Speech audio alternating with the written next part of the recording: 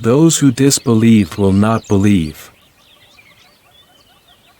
This refers to those who deny the 6 things mentioned in the previous verses or some of them and reach such a level of obstinacy that even if it is true, so we will not believe it, like some Jews of Medina and Abu Jahl and his companions, etc.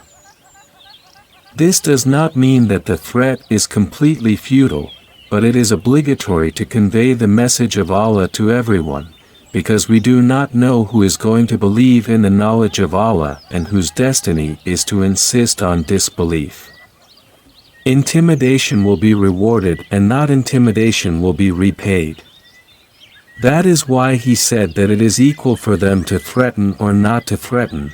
He did not say that it is equal for you.